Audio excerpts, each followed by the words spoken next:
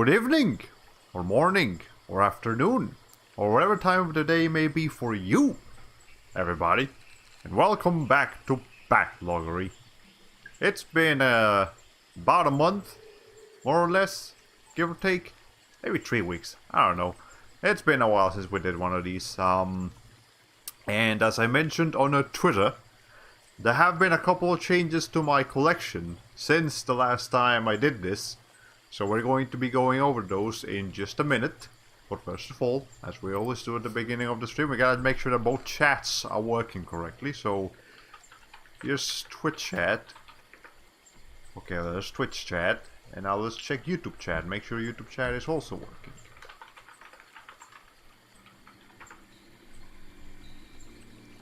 Alright, any second now. Come on. It takes a minute. I just realized my hair is kind of being cut up from the top. Okay, but there it is.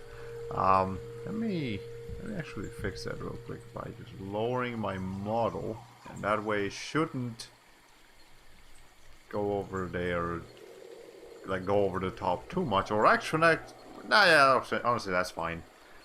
There we go. Twitch tube chat. Hey, yeah,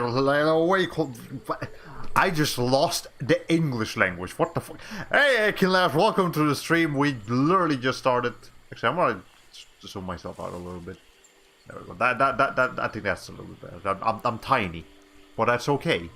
It's fine. You don't always have to be the bigger man or squirrel, whatever. It don't matter. Okay. So, anyways, yeah. So Backloggery.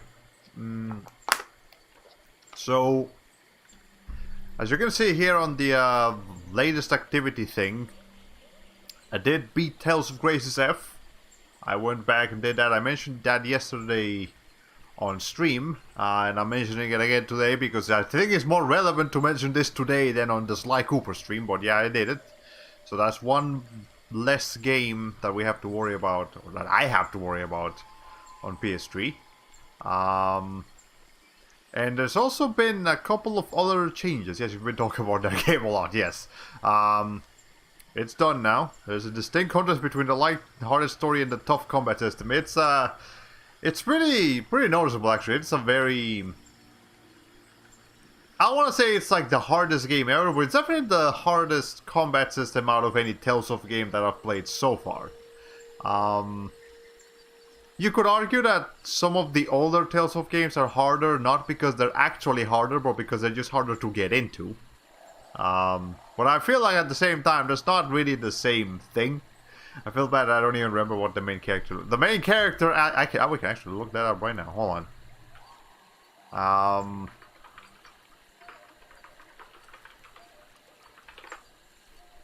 That's what he looks like. Very basic. And he is a very just like generic, normal looking anime dude. And his personality fits that theme just fine. I mean, he's not like the worst character, but I feel like he's definitely kind of weird. Yes, Asbel El Ant. Yeah, it's land. But and immediately as I start the stream, I'm getting a phone call, so I will be right back. Jesus Christ, this always happens.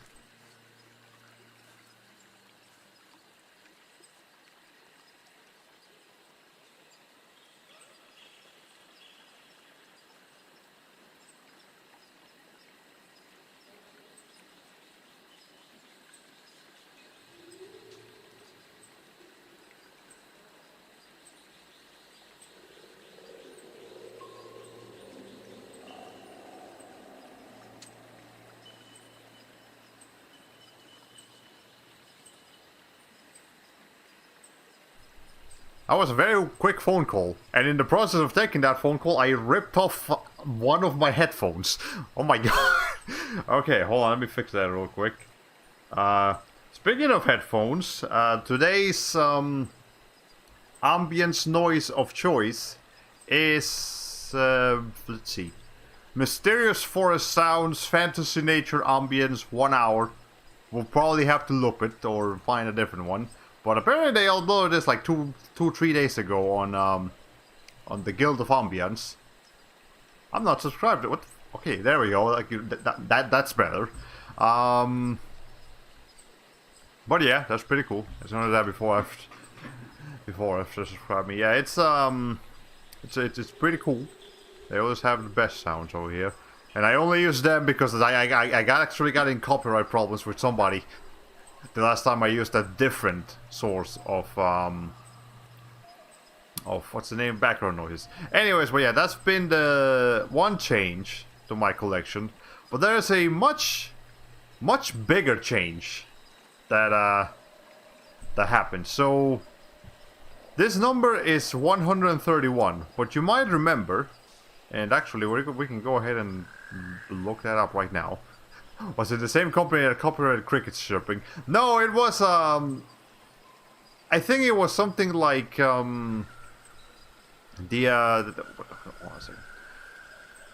It was a forest sound thing that actually had like some Harry Potter sounding things, and apparently they sounded so Harry Potter-ish that I think I got in trouble with like Warner Brothers for it or something. Anyways, let me see what the collection was at the last time we finished this. Hold on. Did I not? Did I never show like the actual number anywhere around here? I need to find what the actual number. Let's just. I don't want to listen to myself though. Hold on.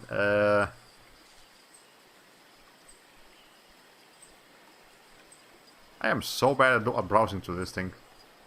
Okay. But that's the what's the name of it? The Steam collection. You might notice that there's a couple of games in here that are not gonna be here in today's thing. Hello Jack Rabbit from beyond the chat. Yes, they're all over here, but in the past, in a different timeline. Okay, do I just need to find out how many games I had before. Okay, you know what? It doesn't matter. It's okay. Point is, this number was bigger before. 131. This used to be like 150 something, and that's because I have removed a number of games from my Steam library. Because I realized that I'm just never going to play them. And I'm either never going to play them or never going to play them again. And if I don't have any intention of revisiting them in any way, shape, or form, or visiting them at all, then what's the point? So there were like a bunch of strategy games and puzzle games and weird games that I had added previously here on Steam, and I just removed them because there's no point. And you can see here, we're gonna go ahead and switch over to the Steam library, starting from the A. Well, that's actually starting from numbers. It looks a little bit smaller, and I've actually done that not just from A to B, but like through the entire collection. This used to, it says 244 games now. It used to be like close to 500, like 400 something. And I've done that by using this hide this game option, which is quite handy. I know you can actually make like a list just for all your junk games that you don't want to deal with anymore. But the problem is that still shows the game somewhere in your Steam library. It's just in a folder that you technically don't want to look at. But if you want to look at like your all games tab, it's still gonna be there. So by doing hide this game, it basically deletes it. Without actually deleting it from your account, like you can still find it somewhere. You probably have to go to the actual store page of the game and then re-download or then like find it there. But yeah. So there we go. I'm not gonna miss any of the games that I deleted. Some of them were like the non-remastered versions of games that I have remastered, so like Borderlands, for example. Where is it? Yeah, so Borderlands Game of the Year Enhanced. I had the regular Game of the Year edition here as well, so that was just taking up space. So yeah, the collection's gonna be smaller, but that's okay, because I like that. I like a more concentrated, focused collection. And yeah, okay. Hello again. Stream just stopped working on my phone for some reason. Ow. Well, that's most unfortunate. Anyways, to summarize what I just explained, I did the hide game option on like half of my Steam library. So now they just don't even show up here anymore. I still have to decide which version of Bioshock I want to keep. If I want to keep the remaster or the original, because the remaster has crashing problems, but if you can get around the problems, then it obviously it looks a little bit better and runs a little bit better, maybe, possibly. Has a bit more options too. So I'll have to figure that out, but otherwise, yeah. My internet was just straight up dead for several minutes earlier today. I wonder if that's related. Possibly. I mean, there have been a lot of storms around the area. Here in the Unites. Okay. Anyways, let's let me go back to the browser. And the last game we left on was... Well, now I'm getting a scam call. I'm not going to answer that. I don't care. But, Condemned Criminal Origins, but not really. Because that was a game that we added on PS3. Or Xbox 360, actually. But I already had on Steam, so whatever. Speaking of, I actually got, just before starting the stream, I got the, Resident Evil Remake and Zero Collection on Steam. Which I already had the games on PS4. But again, it's going to be easier to record them on PC. And it's also... They also run at 60 on PC. They don't run at 60 frames per second on PS4. Even though they're GameCube games, the PS4 should absolutely be able to handle running those games at 60 frames per second. But what do I know? I'm not a game dev. Okay, anyways. Bully is technically the last game we left on. So, let's go over here. And, yeah, okay, so the... Chantalise. Let's actually switch over to this. Chantalise is the first game on the sea that we're going to be adding today. My exact limitations for Crystal Chronicles. Very much so. It's I think this is the first game brought over from the company that made Recettear. It's not... It has the same art style as Recettear, but it's not exactly like Recettear. It's... I believe you play as her, and this is your fairy over here, and like... Is the button mouse not gonna show? Okay, there it is. You play as her, you got this fairy, it's basically just like a standard, straightforward action-adventure RPG. So...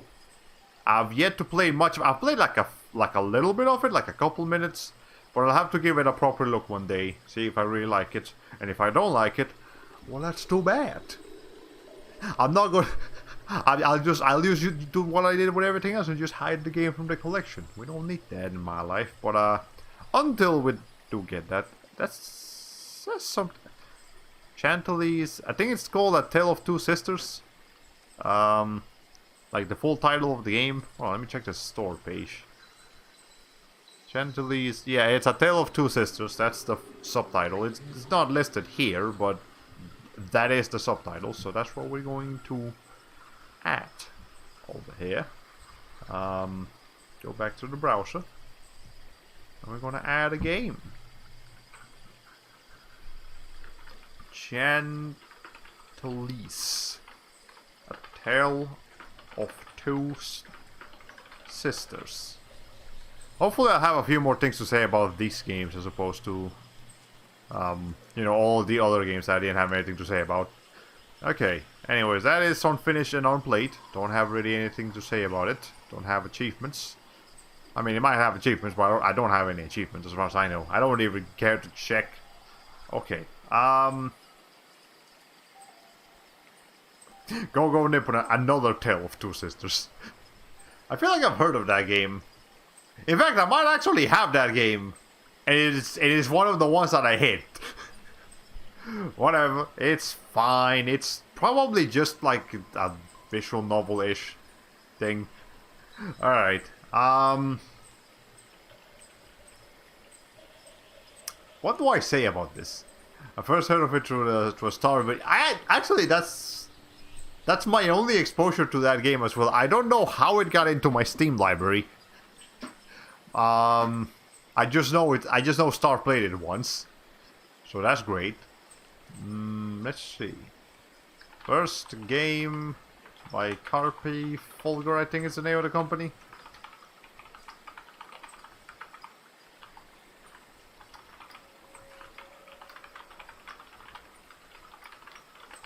Okay. Maybe one of your friends gifted it to you as a joke. I don't know. It's been like at least 6-7 years since that thing has just been there and doing nothing, so it's okay. We'll be fine. Alright, well there's Chantalise. That's been added. Next game on the list is Cloud Build. Now, I am aware that there is an enhanced edition called Super Cloud Build. However, I don't think that version is on Steam, or the last time I checked at least it wasn't on Steam. There is such a thing as Super Cloud Build. Let's see if I can find that around here somewhere. Well, there's Control, but I already have Control on the Epic Game Store. At one point we're going to have to check the Epic Game Store, because I also have some games over there. But no, I'm not seeing anything over here. Hey, Mirror's Edge Catalyst is $4.99. I might get that. But anyways, hey Ryan, how are you? So I stubbed my toe and it hurts like, oh, I'm sorry you had to deal with that. I've stubbed my toe a couple times. One time I stubbed it so hard it bled. It hurt. But I hope the rest of your morning or rest of your day will be a little bit better than stubbing your toe. Okay. Anyways, Cloud Build. Not Cold Build. Cloud Build. Also with... Wait. Why is Cloud Build $4.99 but Super Cloud Build $2.99? Huh? Now that makes no sense. Or is it a different game? I don't think it's a different game. Hold on a second. Okay. Rocket powered 3D parkour platformer built for speedrunning and exploration. Defeat enemies and overcome obstacles as you hurdle with collect power-ups. It doesn't mention that it's a remaster, actually.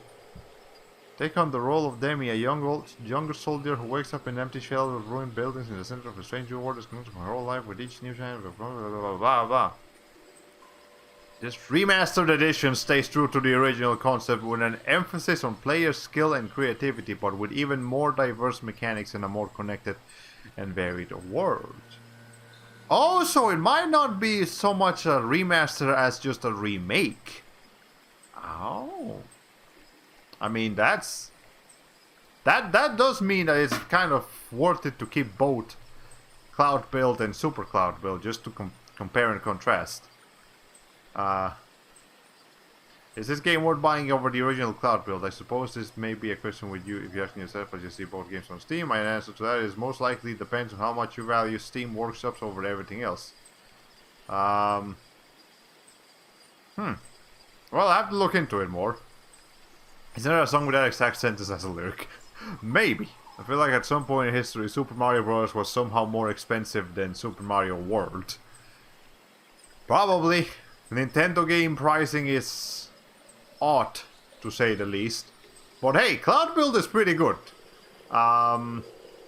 Super Cloud Build is probably equally as good, if not better. Although, what is Scarlet Nexus? Scarlet Nexus, I'm not sure if you saw it over here. Well, no, but Scarlet Nexus is a game that came out like today. It is one of Bandai Namco's big games that they're... Actually, I think there's a demo for it and everything. Hold on. Scarlet Nexus. Yeah, it came out today. It's full price, so, you know, don't expect anything interesting. But it is an action... Here, we can go ahead and watch it. Wait here. Intruders were just detected. I mean, it's a little bit of a small window, but... It's a hack and slash. It's got that anime aesthetic. It's got some pretty interesting enemy design, I have to admit. And, I'm trying to think of a good comparison. We have so many different powers. I guess... I guess if you like... You have your ways of doing I don't know, I don't want to compare this to Devil May Cry. It's not really the same thing, but, you know, it is an action hack and slash game with a very Japanese anime aesthetic. It's kind of edgy, but that's okay. What Bandai Namco action hack and slash isn't? It looks like DMC but with Fire Emblem characters. Basically, you know, that's not a bad comparison. It does look fun. I just have to I would just have to look into it a little bit more. I know Mori, Calliope Mori, is streaming it. She's a VTuber from Hololive, but you know. Let's see. There's obviously the Deluxe Edition, because every big game nowadays has to have more than just a Standard Edition. You can't not have it. Am I saying this right? Okay. I was about to say, does this not have Japanese voice acting? No, it does. There's a lot of language options. English, French, Italian, German, Spanish from Spain, Spanish from Latin America. Which, as I've mentioned before, are different enough to warrant having both as an option. Japanese, Korean, Portuguese from Brazil, Russian, traditional Chinese, and simplified Chinese. Okay, there you go. There's all your language options. Those are the standard language options. I don't see Polish in there. I feel like Polish usually finds its way into this language list, but whatever. It's fine. I guess Bandai Namco doesn't like Poland too much. What's the reviews on this so far? Mostly positive, so people like it. Okay. Anyways, what I actually needed to do here was go ahead and put Cloud Build on my collection. So we're gonna go ahead and do that.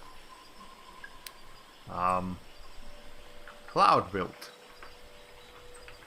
Is that how you spell it? It looks like that's how you spell it.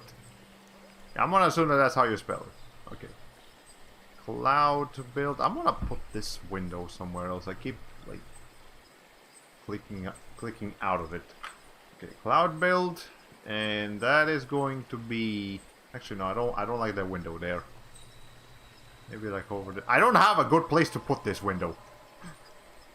Okay, just over here. Why not? Sure. Okay. You guys can't see it. Can see me moving it, but I am definitely moving it. Okay. Cloud Build. It's on Steam. It is on. I've played like 2 levels of it. That's not really enough to say anything, so we're just gonna leave it as that.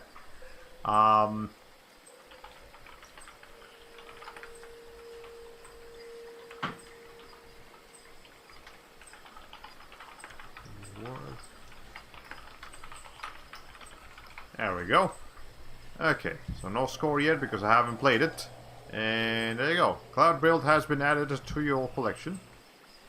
And let's see. Now let's switch back to Steam. Now what we have here is Code Vein. Okay, so this is one I got not too long ago. You know, Code Vein is actually another good comparison for Scarlet Nexus, because Code Vein is basically anime Dark Souls. So Scarlet Nexus is basically anime Devil May Cry, which Devil May Cry is already. I mean, it's not anime, but it's definitely Japanese. It's got that feel to it. So I guess that's an interesting comparison. Code Vein is spelled in all caps here. I don't like that, so I'm just gonna spell it normally. But it is an honorary anime. Yes, that's a good way to explain it. Okay. Code Vein is also one I'm a little bit more interested in than Dark Souls, because I don't know, I kind of like the character designs more. Because that's just the aesthetic I like. It's very edgy, but again, what Bandai Namco big budget action adventure game is not edgy? They're all edgy. Even the Tales of games get pretty edgy sometimes. Okay. But let's switch back over. Actually, no, I need to switch back over here first.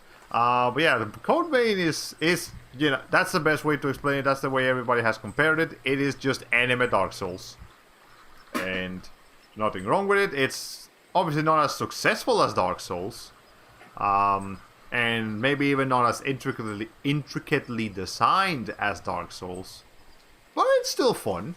It's still interesting. Okay, Code Vein. That is on Steam. That is unfinished and unplayed. I'll come up with something more interesting to say about it later, not right now, and we're gonna go ahead and add that to the collection. Okay. Now next in line is Condemned Criminal Origins. We already added that. I already had a couple of things to say about this one. Condemned 2 again is not available on Steam. So the only way that I can stream Condemned 2 or play it, or you know, show you guys about it, would be either if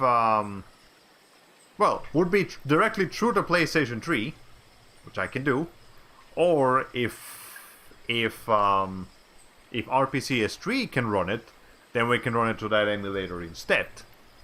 And I've probably mentioned this a couple of times, but despite the fact that my PS4 collection is bigger than my PS3 collection, a lot of games that I have on PS4 are also available on Steam, or just PC in general. So I'd like to get them there, whereas my PS3 collection is a bit more set in stone, because not as many of those are available on PC. Obviously with RPCS3 that makes them easier to play on PC, but there you go. That's just kind of how it goes. Okay, Contrast. This is a 3D platformer where you... What's the deal with this one? It's like... I think it's called Contrast because she's like her shadow or something like that. It's kind of weird, but it obviously has a lot to do with the concept of contrast. You know, like lights and shadows and all of those things. Like not metaphorical lights and shadows, no, literal lights and shadows. Games like to mess around with that stuff a lot. I know it's not very long. It's actually a probably like 4 to 5 hour game. So I think I played it for about an hour, which is why I have 7 achievements on it already. So it'll probably be something that I can beat in like an afternoon. Or a couple of days. But hey, it looks interesting. I'll have to play it myself before I decide if I want to stream it or talk about it or anything in particular. But what I did play was fun. It's definitely a more narrative driven game. It's not so much about the mechanics, but it's also about the world and this girl and like her parents or something along those lines. It also has a very... I do like the character designs. Like, this, you know, this lady, she's got like that 19... what, like 20s? 1930s aesthetic. While also being like a clown, but also being like a cool person. It's an interesting character design. Honestly, wouldn't have guessed at a glance. I'd have said that it was a point-and-click adventure featuring not Cruella there. Well, I mean, it's fair enough. You could also call her not Cruella. Yeah, I mean, it's not the box art here. I guess we can call it box art. It's not very representative of what the game is actually like, but it is cool. It is fun. So I'll be taking a look at it when I get the chance. Okay. So, Contrast. Steam. I'm gonna not classify it as unplayed, just unfinished. We did see it had 7 out of 22 achievements, so that's pretty cool. It's 3D.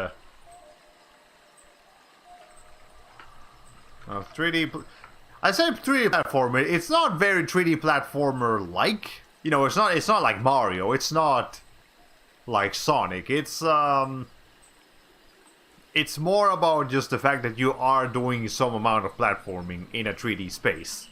But it's not like a Hat in Time or Mario again in terms of complexity or mobility. Oh, so again, as I mentioned again, it's more story driven than anything. Okay, 3D. Actually, I'm gonna call it a 3D platformer-ish.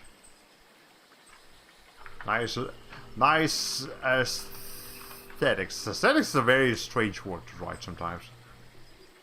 Maybe because I always keep accidentally want to spell ass instead of ass. And English pronunciation makes things a little bit difficult. But you know what? That's just that I didn't make the language, I didn't make English, I didn't make Spanish, I didn't make any of them. I just learned them. Maybe I'll make my own language one day, I don't know. If I get tired of how English works, I can just make my own, right? Isn't that how that works? How are languages made anyways? Somebody just decided they don't want to speak like everybody else does? Maybe. Oh, do you have the game Nier Automata for PS4? I do not have Nier Automata for PS4. Actually, the only Nier game I have is the original Nier on PS3 and Xbox 360, which does have a remake now, a remaster on PC, so I'll be looking to get that at some point. Do I want it? Nah, it's okay. I mean, I do want the game, but again, I'm trying to transition as many games as I can from my PS4 collection to my PC collection. That's okay, we can still afford a Nier skin in Folk. Right! Have you guys seen that? Have you guys seen the freaking 2B outfit? You're offering the video game to me. Again, that's okay. I appreciate it. And I guess if you really don't find anybody else to give it to, I'll take it. But if you do find somebody else to get the game, definitely look into them, because I'm trying to cut down as many games into my PC collection as I can, just so that it's all as centralized as I can. What do you mean you don't want it? You don't like the... Do you not like it, or you just don't want to own it anymore? It's just a great game for a lot of reasons. But okay, whatever. Look, Fall Guys, hold him in knockout. Let's. I don't want just a regular trailer though. Where's? I don't want. Look, I just want the screenshots. Do you have the 2B thing over here? I want to look at Bean 2B. 2Bean. Where's 2Bean? Come on, game. You know you have 2Bean in you. You need to advertise her. That's a selling point. You know it is. No 2Bean. I'm upset. Okay. Well, whatever. Anyways, point is Nier.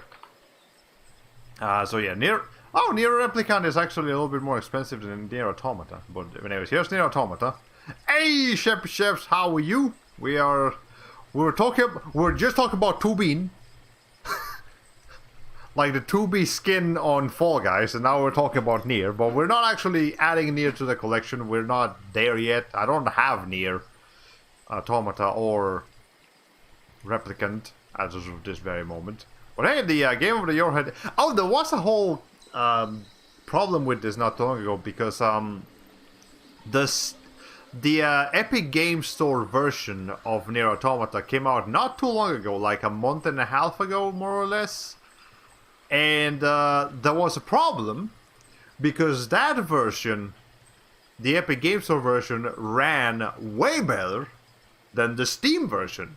So people came and review bombed the game on Steam, so that they would fix it, so that it would run as well as the Epic Game Store version. And I think they did. So I don't know if they fixed everything. I don't know why the two versions were different, but there you go. There are technically two versions of Nier Automata available on PC. One of them runs, or at least at one point, ran worse than the other. So, buyers beware. Nier Replicant, I think that one runs fine. Let me just make sure. Let me see the reviews. The reviews are saying nothing in particular. So I guess... Oh. That's right, people are still complaining that... I mean, I get complaining about a game running at 30 frames per second when it could run at 60. But I feel like complaining that a game runs at 60 and not above that. That's where we're getting a little bit not ideal. Like, not everyone has a monitor that goes above 60 hertz. That is definitely a luxury. A monitor that goes at least to 60 hertz, that's standard, that's normal. Above 60 hertz, or 59, 99, or however many hertz it's supposed to be, that's a luxury. I've seen, and let me tell you, I've seen monitors that run at like 120 hertz, so you can run games at 120 frames per second. It looks nice, but the difference from 60 to 120 is not as extreme as the difference from 30 to 60. So that is definitely that is definitely like absolute luxury department if a game runs at 120 or just above 60 frames per second. There's a slight improvement, but it's not life changing. Trust me, they'll be fine. Anyway, what are we doing? Custom quest. That's what we were supposed to add next, right? Not unlike the jump from one polygon threshold to the next. Yeah, it's as you keep increasing the frame rate above 60, it becomes less and less noticeable. Like I think my monitor has a cap of 75 hertz. So if a game runs at above 60, I think I have seen it on like what was it? Godfall? I think this, yeah, my new computer came with Godfall, and Godfall can go above 60 frames per second. So I was running it at oh, hi, bot. Alright, go on, there, thank you, Equilabs, I appreciate it. It's freaking, I need to go into that list that like bans most known bots for you. There is such a thing, by the way. I gotta take care of that off stream, but yeah, it's pretty useful stuff. Anyways, custom quest. Let's go ahead and add that to the collection. I have seen Aiken Labs actually stream Custom Quest 2, and it looks very interesting. I definitely want to give Custom Quest 2 a shot. Custom Quest 1 is probably very similar. Might not be as refined or have as much content, but that doesn't mean it's a bad game. It's got charm. Looks interesting. Okay. Halloween RPG. I know the gimmick with Custom Quest is that instead of having like a huge party of characters, you only have two. The two kits in the cover, and they change costumes. And depending on what costumes they have is what powers they'll, or you know, what abilities they'll have in combat. So it's pretty cool. It's a very nice idea. With the Double Fine, creative excellence, because Double Fine, let's be real, Double Fine does have some very, very interesting ideas when it comes to games. They're not always very well executed. They don't always make great games, but they always make interesting games, and I respect that out of Double Fine Productions. Very, very creative people they have over there. Okay, Constant Quest is a nice short game. Nice. The PS5 version of Mortal Kombat 11 is only $15. Guess who's now downloading the PS5 version of Mortal Kombat 11? Is it you? Great! I'm happy for you because I don't have a PlayStation 5. I don't, but that's okay. You know what? I say it bitter, but I don't actually, I'm not actually desperate to get a PlayStation 5. First of all, because it's $500. $400 if you don't want the disc, but I do want the disc. So $500 that I don't really have on me right now. And also the games are now starting to cost $70. So there's also that.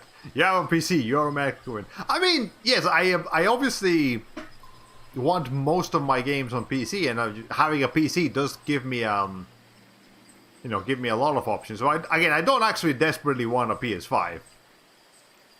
But Ratchet & Clank Rift Apart does look phenomenal. I really want to play that game.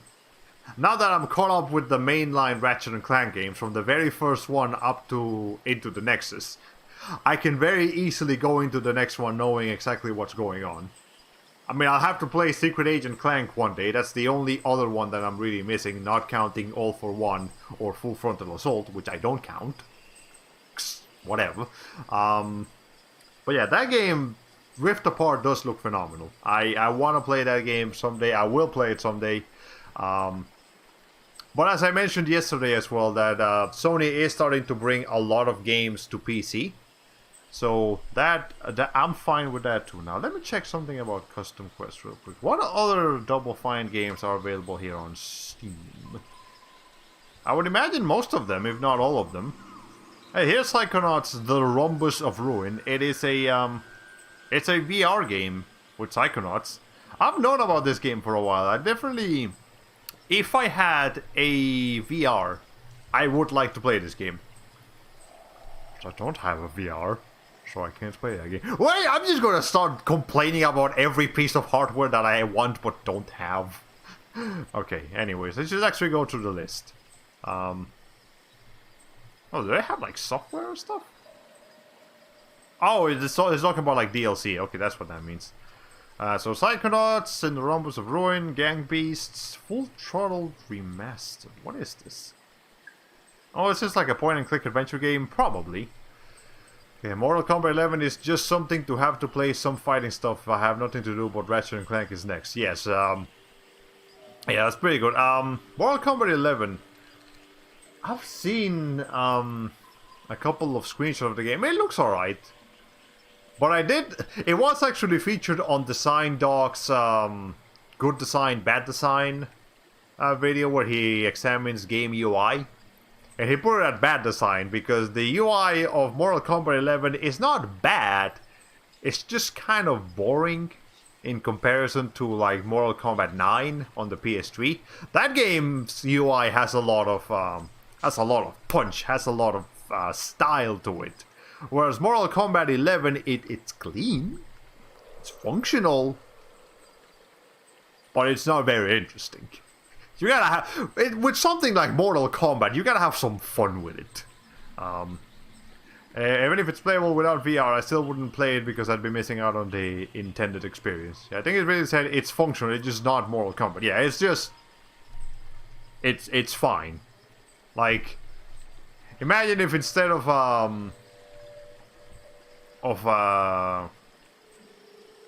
well, actually, no. I don't need to explain that further. That point explains itself. Okay, anyways, Headlander. What is this? There are some Double Fine games that I have no idea about.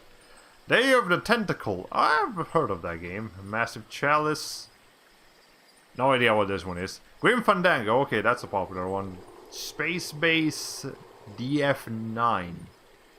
Is this a strategy game? I did not know they made a strategy game. There's Custom Quest 2. Hack and Slash. I've heard of this game, but I don't know anything about it. Let's see what else do we have over here in the Double Fine collection. Do we not have anything else in the Double Fine collection? No, I don't need new... I just want all of them. Why does nothing work? Hello? Can I display more results? What is happening? Okay, let's click on that again. Maybe this will be a better way to search for them. Broken Age, I've known of that game. I don't know what it's about, but I know of it. Brutal Legend, this is a game I actually used to have on PS3. I don't have it anymore. And I probably can't stream it because it's got copyright music up the wazoo. It is a game based on metal. It's gonna have a lot of metal. But you know. Okay, I'm just going through all Double Fine's games. Don't forget your backlog. Yeah, I am aware. I'm gonna get a shower, but I'm keeping your stream up for my desk. That's pretty cool. That's alright. Take your time. I just want to see if there's this one game stacked. Oh, or stacking. Yeah, they do have stacking. I don't know why, but I'm particularly interested in this one. It's a game where they use Russian Matryoshka dolls?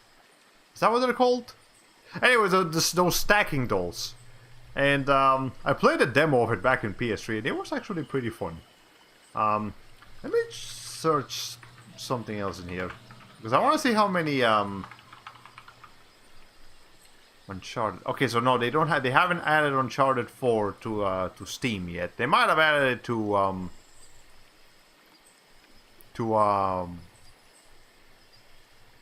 what's the name of it? How far do I have to keep going back? There we go. They might have added it to the Epic Games. So did they actually? Let's check that. Okay. Did you ever find a guard with an AK-47 with an AK-47 in Moscow? I did not find any guards with AK-47s in the Moscow airport. I didn't find anything interesting in the AK-47 in the Moscow airport. It was just a regular looking airport from the outside. I couldn't go inside, obviously. I don't think they have Google Maps for inside the buildings. But that is most unfortunate. It's something we'll have to keep an eye out for later. Anyways, Uncharted 4 PC. Is it on the Epic? Coming to PC, so only tells investors. Okay, so they told the investors. But yeah, they just haven't added it yet. Okay, that's fine. That's okay. Anyways, did I add custom quest? I did add custom quest. Yeah, awesome. Uncharted 4 was such a beautiful game to get. Yeah, it is. It is a very, very pretty game. But yeah, it'll be added eventually. I don't know if they're gonna add the other ones. I would imagine it would be smart to add the other Uncharted games to PC. You know, one. Actually, let's not just focus on 1, 2, 3. Can we get Golden Abyss on PC? Can we get Uncharted Golden Abyss on PC? Because that thing being stuck on Vita kind of hurts it. It is. I've heard it's a genuinely good Uncharted game. It's just on the Vita, so nobody can play it because fucking nobody has a Vita. But okay, whatever. What it is go back to the collection. Next in line is the Crash Bandicoot Insane Trilogy. This is another game that I have on PS4 and then got on PC because it runs at 60 on PC and not on PS4. I'm gonna keep complaining about that. But yeah, it's Crash Bandicoot 1, 2, and 3. If you've never played Crash Bandicoot, this is an excellent way of playing Crash Bandicoot. This is the best way of playing Crash Bandicoot. As far as additional content is concerned, there's one extra level on Crash Bandicoot 1, which was actually a level that was going to be in the original release, but got cut because it was too hard. So then they went back and just added it anyways for this remaster. And then for Crash Bandicoot 3, they added just a completely original level. But that is only that's it. There's only 2 additional levels as compared to the originals. So as far as everything else goes, it is pretty much the same games. You can also play as Coco, actually, on all 3 of them. You could play as Coco sometimes on Crash Bandicoot 3, but it was only for like vehicle segments. In here, you can just play as her regularly. So that's pretty cool. She plays exactly like Crash, it's just a skin, more or less.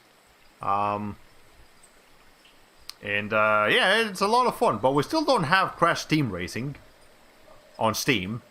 So that's a shame. We really need that one. It's very good. I played it before. I traded my Vita in for my current Xbox One. Yeah, I don't blame anyone that traded in their Vita. It had some great games, but Sony just did not care about keeping that thing alive. Cash Banuka 2 Gringotts Steakhouse. Oh, something else about the PC release is that it actually does have mod support. And I've seen a couple of custom levels made for the Crash Bandicoot Insane Trilogy. In fact, we can probably go look one up after I add the game to the collection. Let me see. Okay. Crash Bandicoot Insane Trilogy. Again, highly recommended. If you're interested in the Crash Bandicoot games, this is the best way to get started with the originals. And then you can skip literally everything up until Crash Bandicoot 4. I mean, there are some interesting games in between, but nothing like absolutely mind-breaking. You can safely go from Crash Bandicoot 1, 2, 3, skip everything that happened between like 1999 and 2000. When did Mind Over Mutant come out? Like 2010 or something? You can skip that entire period of the Crash Bandicoot history and then go straight into Crash Bandicoot 4, which is also on PC if I'm not mistaken. We can look that up. Okay, but this is completed. I have completed the Crash Bandicoot games before. I don't have all the achievements here on Steam because I did it on PS4. But I don't have all the trophies on PS4, but I do have like the regular collectible stuff, which I consider completed. So whatever.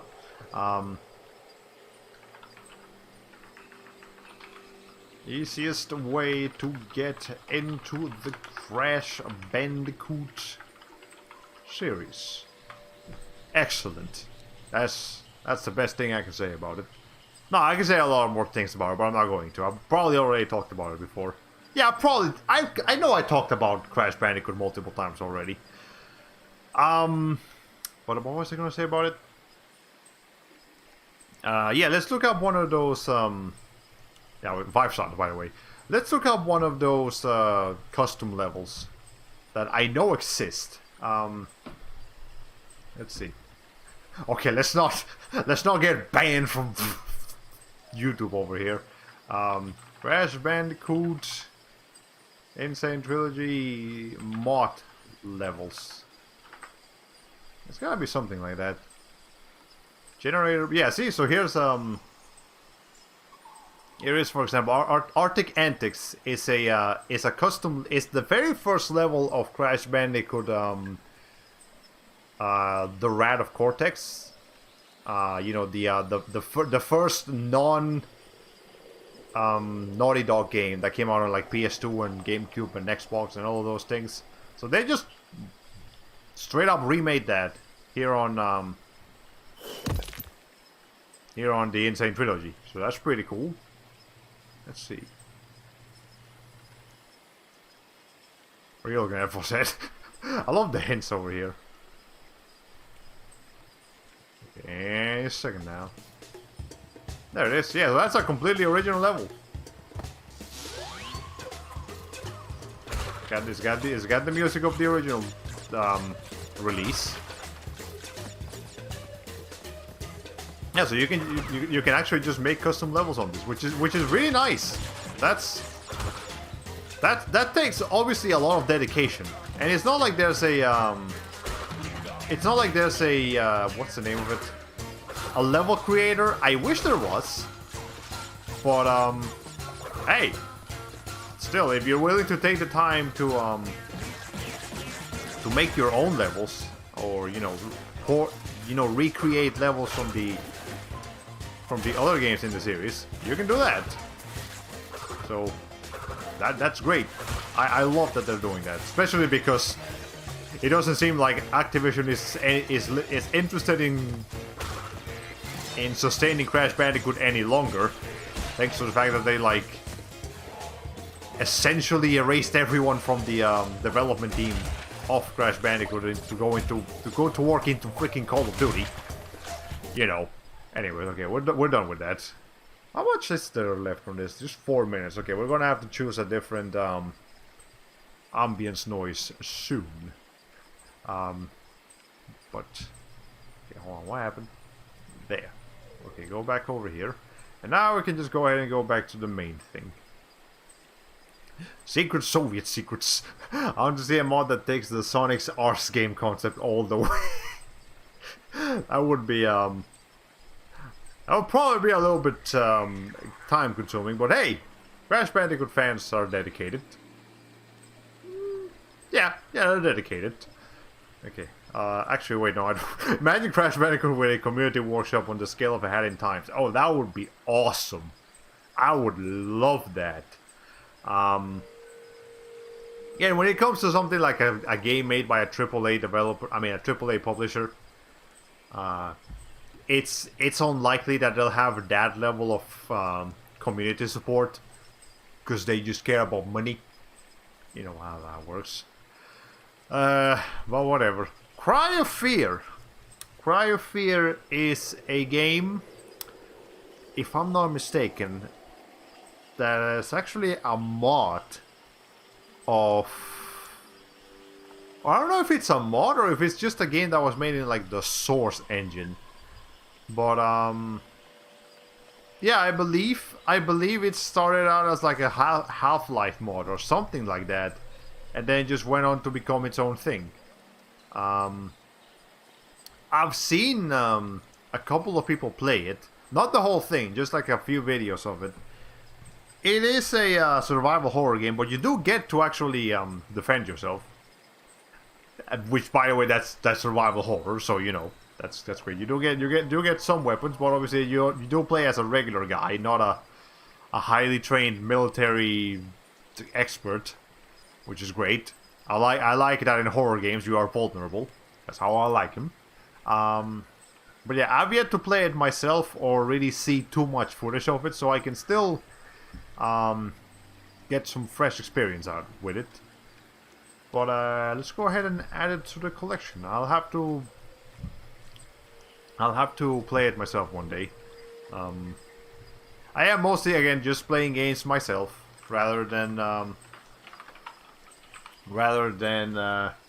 doing blind playthroughs too much, because as much as I do appreciate the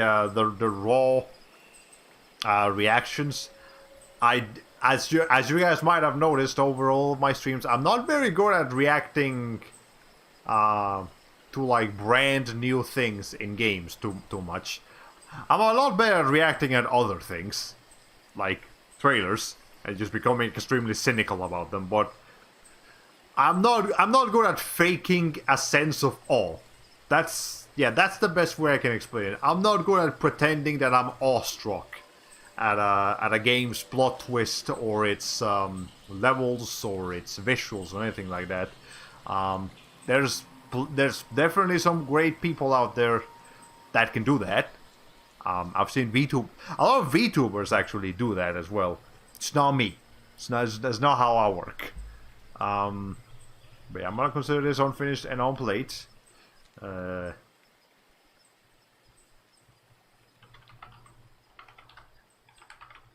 I've known about for a while, have yet the experience. Cry of Fear definitely has some Silent Hill inspirations, as do a lot of games. A lot of games have Silent Hill inspirations. So, it's a very influential franchise, what can I say? Okay, well, we're out of Mysterious Forest sound, so let's see what we can switch it. I could switch to Hololive Lo-Fi, but I feel like that's gonna get me in trouble. I don't wanna mess with that too much. I think we should probably just stick with the Guild of Ambiance. Let's see what else they have over here. They don't upload often though. Yeah, like 2 days ago they uploaded something, but the last time was 5 months ago. Then a year. Yeah, it's not a very active channel, but they do put a lot of effort into their things. Okay, ambient fantasy music. Sure, why not? Well, actually, this is music, but only one way to find out if I'm gonna get in trouble for this or not. Okay. Well, it sounds to me like you just need to play better games. Well, I mean, we do have some good games here. It's just, look, I don't have a history with like Nintendo's golden age, if we can really call it that. I don't know. Does Nintendo have a golden age of video games? Was that like from the 90s to the early to mid 2000s? Are they no longer in their golden age despite Mario Odyssey, Smash Ultimate, and Breath of the Wild? Maybe. Cthulhu saves the world. I had to remember how to spell Cthulhu. It's C-T-H-U-L-H-U. There's two H's in there. You don't pronounce either of them. I hate that. Hate silent letters, but whatever. Cthulhu Saves the World is a joke RPG From the same developers of, where is it? Oh, you know you're around here somewhere. Red of Dead 7. The beginning. It's from the same people. It's probably very stupid. Is it fun? That's the important thing. Because if it's not fun, why bother? But I did see like one video of it, of somebody playing it a while ago. Like it might have been like Jacksepticeye or Markiplier several years ago. But I have it. I probably have it because of that video I watched. So there's like, hey, this is probably fun. I'll go ahead and get it. And thankfully, I don't really do that anymore. I no longer get games based on the fact that a streamer played it. Unless I watch a streamer play it for a while, and if it's a game that I was already interested in, then I'll be interested. Then I'll be interested in it. But if it's just like a game that Markiplier played like once, or Jacksepticeye played once, no. And especially have to be wary of those like streamer games that are just there to mess around and have fun. Which is, I mean, there's nothing wrong with a game that's just there to have fun, but I'll play it once or twice, and then that's it. I like my games to have a little bit more of a structure to them, more finality, maybe. That's the right word. Okay, but unfortunately, some games have found their way in there to be just a streamer game. More or less. Okay. There we go. No rating because I have no idea what it plays like. And there we go. Put that back over here. Based on the gut instinct alone, I'd say the Golden Age was throughout the lifespan of the Super Nintendo. But hey, TV Tropes has listings for Golden Age, and it refers to 1978 to 1983, just before that big video game crash. Ah! Well, I mean, I guess Golden Age also depends on what you want to describe it as. So like if it's for example, if it's like the most financially stable age, then that might be considered the Golden Age, even if they don't make the best games. Or maybe if it's the age when the company became a household name and everybody knew what it was, that would also be a Golden Age.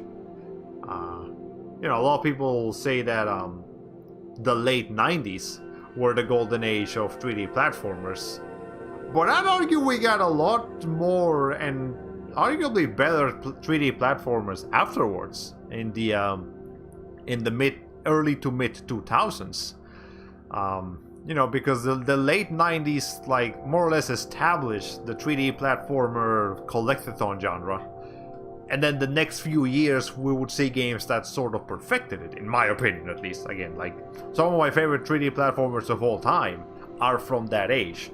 Jak and Daxter, Sly Cooper, Ratchet and Clank, Ape Escape. Like, Escape 2 and 3 in particular, I like more than the first one. I like the first one, but I like the sequels better. What else? Say what you will, SpongeBob SquarePants Battle for Bikini Bottom is an awesome game. I'd argue a lot of people would classify Super Mario Sunshine as one of their favorites, if not their favorite. What else? There's a lot of surprisingly decent, like, what's the name? License games? Yeah, license games that are 3D platformers from that era. And, you know, there's a lot of good 3D platformers that came out after the supposed golden age of 3D platformers. It says here that you just adjust for inflation. That was the period when the most money was made in the industry, in North America at least. Yeah, so yeah, that makes sense. Gold, you know, you think golden as gold, you know, money. So that makes sense that you would classify that as the golden age of Nintendo. Okay. Anyways, speaking of golden, or just yellow, Cuphead. Did they ever release the DLC for this one? I don't think so, actually. Let me check. Actually, if I'm not mistaken, the DLC just became a whole freaking sequel. Didn't it? Like, the scale of the original, like, DLC chapters for Cuphead just got more and more ambitious. It's on hold indefinitely, pandemic, etc. So yeah, that makes sense. Blues. I've heard of this game. But anyways, yeah, Cuphead. I know it's getting a cartoon on Netflix. I really wanted to see a preview of that on the Summer Game Fest, but they didn't show me the preview of Cuphead's TV show on Netflix. So I'm upset now, but hey, we still got an excellent game in our hands. Cuphead is very difficult. That's fair enough. If games of extreme difficulty scare you, that's fine. I understand. But if it does look like something you'd be interested in, be it for the art style or the actual gameplay itself, or maybe even just the music, by all means give Cuphead a shot. It is an awesome game. You will die a lot, but that doesn't mean that it's not going to be fun. It just means it's going to be difficult. Okay, I have a sequel myself. Remind me, did you ever complete it? I finished it. I definitely finished Cuphead. And I think I even did the pacifist route. But I never finished all of the hard mode challenges. Repeated, yes, as the completionist would call it. But no, yeah, I did not finish all of the hard mode boss fights. That is the one thing I didn't do. That's the one thing I don't think I'm going to do. Because fuck that noise. That's hard. It's called hard, and it is hard. I don't know. Maybe one day I'll feel like going back to it and giving it a shot. But it's gonna be a tough one. All right. But anyways, Cuphead. I know it says don't deal with the devil, but that is more of a slogan than it is an actual subtitle for the game. So I'm just gonna call it Cuphead. Now, should I spell Cuphead as like that, or should I capitalize the H in head? I don't know. I just made me realize I forgot to beat the last few Colossi from Shadow of the Colossus. Right, I probably should go back and do that. It's a great game. It's got a very beautiful ending. I'm not gonna tell you what happens, obviously, but it is pretty good. It's hard. Like the last couple of bosses are definitely kind of hard too, but not as hard as Cuphead, I would say. Anyways, I would consider it bitten if you beat the devil. All the other stuff is just whatever to me, including the P ranks. Yeah, so it's definitely beaten. And as far as completion goes, I don't think I'll ever truly complete it, but that's okay. Alright, anyways, let's go back over here and add Cuphead. Steam, unfinished. No, this is... I'm mark it as beaten. I believe there were 26 out of 28 achievements over there. Let me check again. Yes, 26 out of 28 achievements. That's how many I have. Except hard mode, and that's really all I need to say about that. Excellent game, 5 stars, 10 out of 10.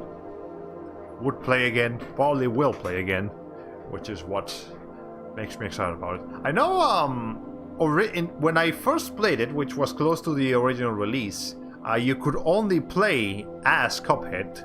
Like, you could only play as the red one, basically. But there was later a mod that let you play as Mugman. And I believe after the mod's popularity, was brought to the attention of people, they went ahead and just added Mughead as a playable character in single player into the base game. Well, Cuphead and his pal, Blue Cuphead. Yep. So that's pretty cool. I mean, it's just an aesthetic thing. They don't play differently, but that's cool. You see this two and you don't expect them to have different abilities. I mean, whatever you can serve on a cup, you can also serve on a mug. And I don't think there's gonna be a change in a change in taste. There's not gonna be a change in texture. These are just containers. So whatever. Okay, Dark Souls Remastered. Oh, we're officially done with the sea letters. Hey, good job, guys. We conquered the sea. Now we need to come up with another word to say when we get to when we finish D. I don't know. Destroyed. I'm sure there's enough words in the English dictionary to make this work. Anyways, Dark Souls Remastered. It is the only Dark Souls game I have. Again, not counting Demon Souls. Because that's technically a different game. It's not the same series, but it basically is. It's a whole mess. Whatever. Point is, Dark Souls Remastered. I used to have Dark Souls Prepare to Die edition, which was the original PC version that we had on Steam. And then we had Remaster, and that works better, so that's what I got. I also don't know if I'll ever play a Souls-like game. It's, despite the popularity of the Souls games, despite how much they sell, and despite how much people talk about them, I do have to warn that they are not for everyone. They do have a genuinely addicting gameplay loop. Like, you know, you look at the difficulty and you think like, oh man, that's too much. Oh no, I don't want to deal with that.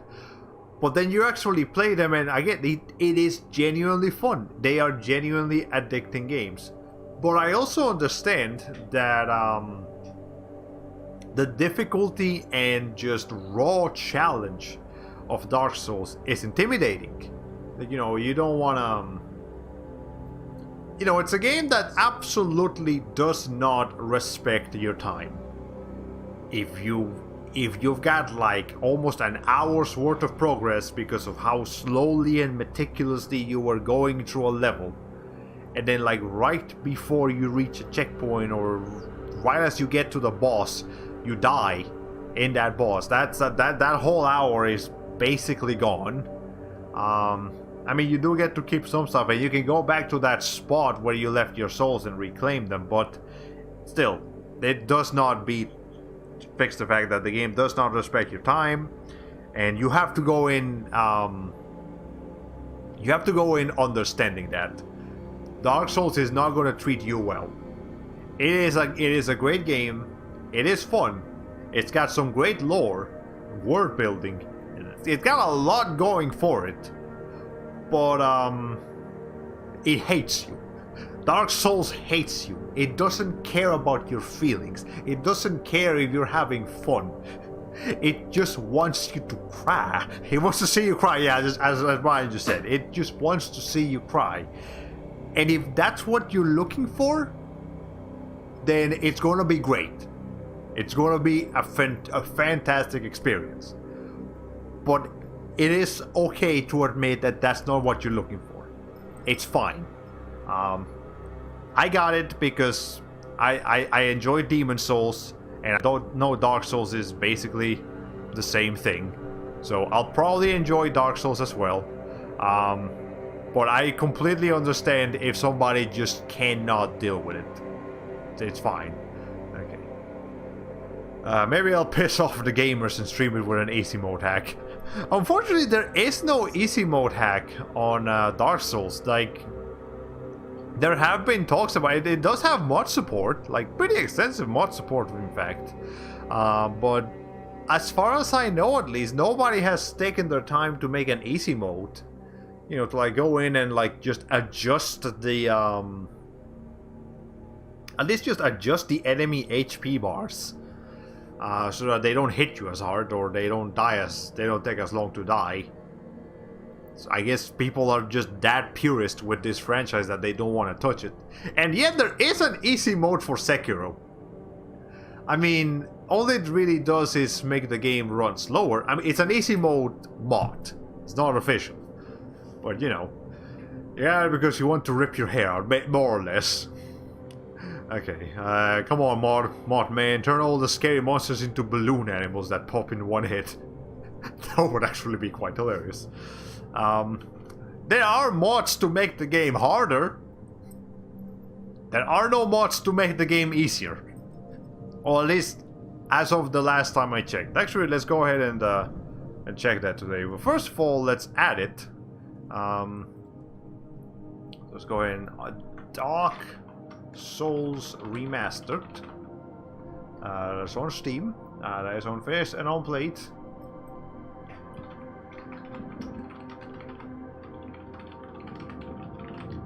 And we're not gonna give it a score because I haven't played it yet. But let's go ahead and search this real quick. Dark Souls Remastered EC mod. Is it more a Dark Souls Remastered next? Is there? Oh, is there actually? Did we finally get an easy mode in Dark Souls? This mod will make the game become easier with many options, so angry gamers won't smash their computer. Oh, do we finally have an easy mod? Oh, let's read into this. And this was recent, like 10th of December of 2020. Yeah, there we go. Okay, that's the installation process. But what does it do? Let's see.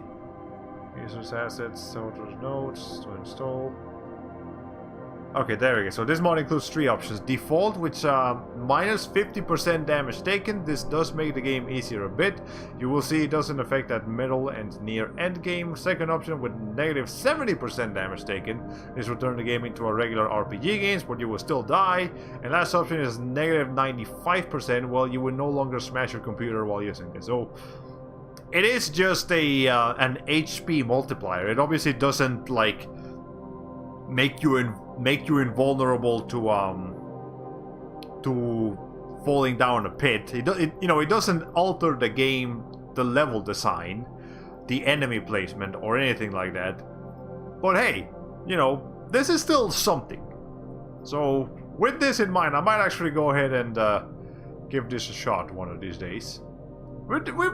There's nothing wrong with having an easy mode for Dark Souls. Don't let the gamers tell you otherwise. The gamers don't know better.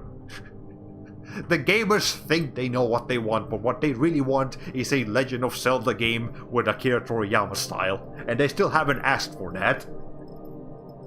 So the gamers don't know what they want. Don't listen to the gamers. Gamers suck. Okay, it doesn't promise you that you won't still. I mean, you'll still die, just not every 5 minutes. Maybe like every half an hour. Okay. Anyways. Darksiders is the next game over here. Let's see. Yeah, so Darksiders. Now obviously I'm not gonna put Darksiders 2 before the first one, so let's see. Darksiders War Mastered Edition is what they're calling it. It's just remastered, but with a war instead of a D. I actually have beaten this game twice on the PS4, because I have Darksiders 1, 2, and 3 on PS4. So I just need to get 3 on PC so that I can fully transition the franchise into PC. But I can only speak for Darksiders 1. I have not played the other. I mean, I've played a little bit of the other ones, but I've only really finished the first one. But yeah, Darksiders is pretty good. It's the Legend of Zelda meets God of War in terms of gameplay. It's got like the level puzzle design of Zelda with the more heavy, brutal hack and slash action of God of War, and it's good. Is it as good as any of its 2 inspirations? Maybe it depends on. It depends on how much you like Zelda and how much you like God of War. But I would still say if you like either of those 2 games, Darksiders is a good game to go for. It's pretty fun, pretty cool. It does get tedious sometimes. I feel like there's only a couple of dungeons levels in the game, but they do get kind of long. I feel like they could have been a little bit shorter, but otherwise, yeah, it's great. It's fun.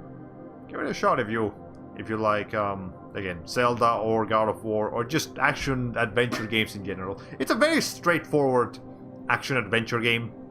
There's nothing particularly strange going on here. But the most interesting thing I can point out about the main character is not his overall design, it's just how freaking wide he is. Like, you guys can't see the picture, but this man is he's very, very wide. Like WIDE. I feel like if you made I want a squash mod that just makes the main character like literally just like halves his height, but also extends him horizontally twice, like by twice. I would love to play it because he's just so fucking thick. It's insane how thick. His name is War. Because the thing with Darksiders is that it's based on the 4 Horsemen of the Apocalypse. So this is War. The second game features Death. The third game features Envy, or no, not Envy, Fury. And the last game, actually no, there isn't a Darksiders 4. It's just a Darksiders game that features Strife. Yeah, the 4 Horsemen. They're all in the part of the franchise, and I would definitely say as a character, War. You can definitely draw comparisons between him and Kratos, the God of War. But War is a lot more likable in my opinion. He's a lot, like he's still rude and mean, but not quite as much of an asshole as Kratos. Like Kratos is just on a whole fucking level of his own. He's intolerable. War is at least got some redeeming qualities to him. So if you like God of War but you can't stand Kratos, maybe this would be a little bit bad for you. Basically, I highly recommend Darksiders. It's a good game, great game even. Okay, well let's go ahead and add it to the collection. Darksiders. Darksiders. War Mastered Edition. It is a weird title, but whatever. I have completed this. Completed on PS4. We'll do that again on Steam someday. And I would say it's like 4 out of 5. It's pretty good. It's pretty good. It's got the Hollow Bastion seal of approval. Alright. And while we're here, we're gonna go ahead and add Darksiders 2 as well. Oh no, I got sunburned. Oh, you're on vacation? Oh, well, I don't know how terrible sunburns are for Android robot VTubers. I hope your circuits won't get rusted or anything. But I hope you're having a good time on vacation, Sheps. I need a vacation on my own. I haven't had a vacation since I was in high school. That was like 7 years ago. I need vacation. Okay, go find some spiky plants and extract their nectar for Soothland. Yeah, okay. Anyways, Darksiders 2 Death Definitive Edition. Not Definitive, Death Definitive. I don't like that one. That just gives me a lisp. Now, I know Darksiders 2 plays a bit more like Dark Souls. Because of course it does. This game came out when every game wanted to be like Dark Souls. Every game still wants to be like Dark Souls. It's such an influential freaking franchise that you can't not look at it. And I think this is from the fact that there's a lot more of an equipment system. In this one, like, you actually get different... in Darksiders 1, you can unlock a few different weapons besides the basic sword. But it's just like a sword, a scythe, some gauntlets, and a couple of extra weapons, like side weapons, like projectiles, basically. Whereas Darksiders 2 has like a whole equipment system, like the kind you would find in an RPG. So I know a lot of people did not like that.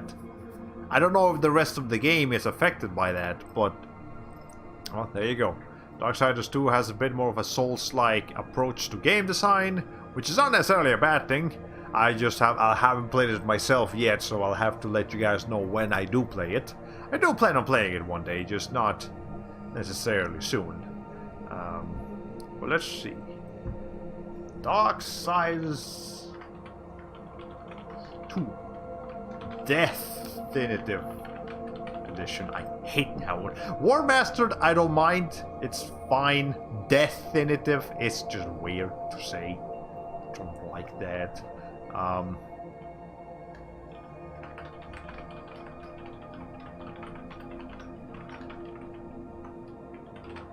Okay, no score because I haven't played it yet. And there we go. Okay, so next in the line of D games is Dead Space 2.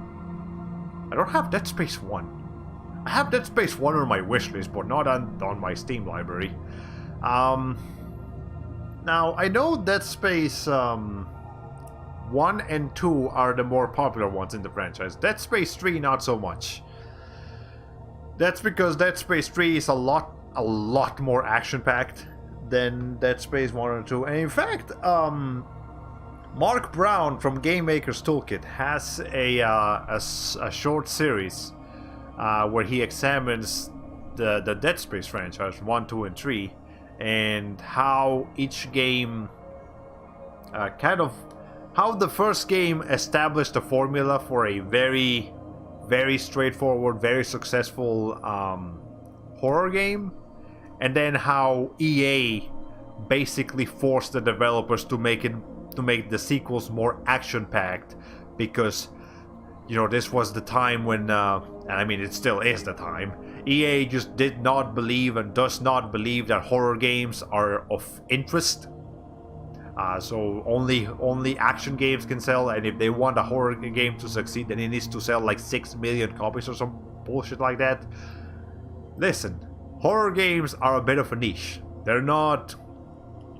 Despite the popularity of Resident Evil and Silent Hill, I would still argue that horror games are for the most part a niche. Maybe Resident Evil is the only exception just because of how popular that franchise is, but everybody else... every other horror game out there is gonna be for a very specific audience, and that's fine. There is no such thing as a game that's going to appeal to everybody. EA, we've talked about this multiple times. But yeah, unfortunately, because of their ideals, Dead Space 2 is still a good game. It's still a good horror game. It's just not as horror-ish as the first one. And then Dead Space 3, again, I haven't played it, but I've seen enough footage of it and videos to know that it's hardly a horror game. Nobody buys single-player games anymore. Am I out of touch? No, it's the gamers who were wrong. I mean, I did just say that the gamers don't know what they want, so maybe that's on me, but still. Just because the gamers are out of touch does not mean that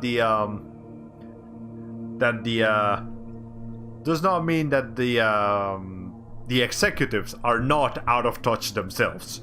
There's a lot of people out of fucking touch, man. They think they know what they want. They think they know what we want, but nobody really knows what they want. Can't play Dead Space 2? It's I'm sure it's because it's scary, or because you can't stay. Oh, the eye thing. Okay, I'm not gonna show you guys the eye thing, obviously, because that's Jesus Christ. But there is an eye part in Dead Space 2. Don't look it up if you can't stand eyes. I can't stand eyes. I mean, like, eye gore is what I'm talking about. Not Igor. Igor. I've never watched that movie. I mean, I know of it. Just never. Alright, whatever. Just watch Star Wars Fallen Order, single player game. Yeah, Star Wars Fallen Order is it's actually pretty interesting looking. I mean, I've seen, like, I was watching Afro Senju playing that game, like, when did it come out? Like 2 years ago? Yeah, I was watching him playing it a little bit, and it looks fun. It's a Star Wars game that has my interest, much more so than Battlefront, because I just don't care about multiplayer shooting games, with a few exceptions like Team Fortress 2 and Overwatch and Paladins. Basically, if I'm gonna play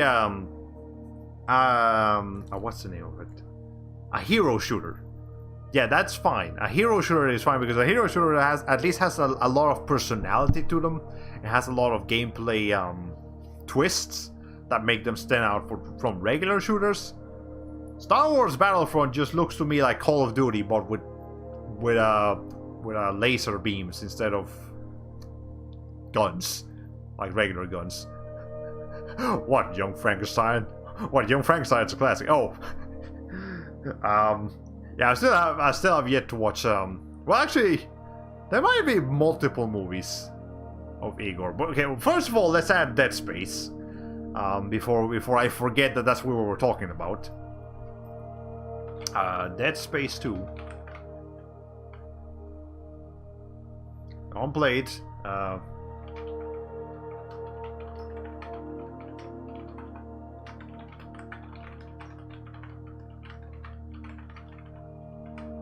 let's go ahead and put that in there.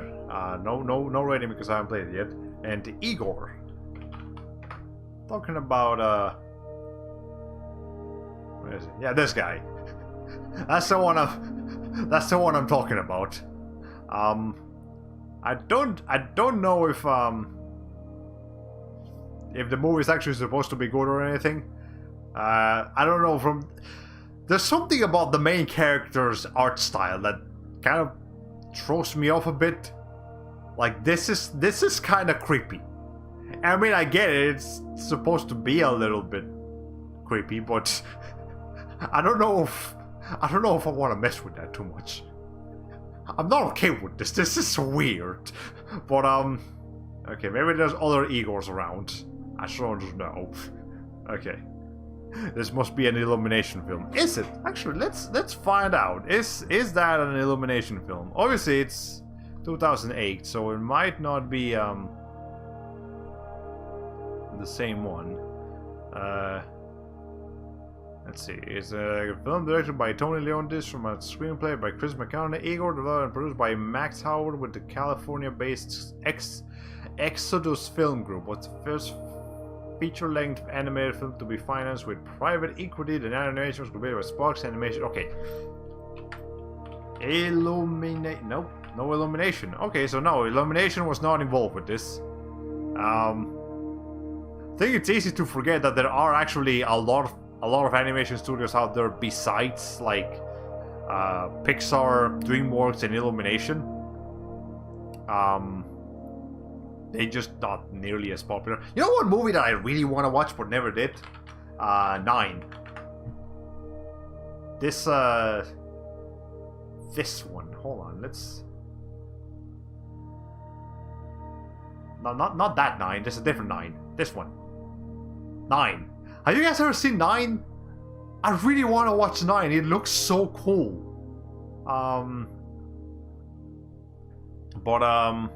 I know it's based on a short film, and then they made a full movie out of it. And I know it has that big part of what that movie is so popular is because it used that song by Coheed and Cambria. What's the name of it?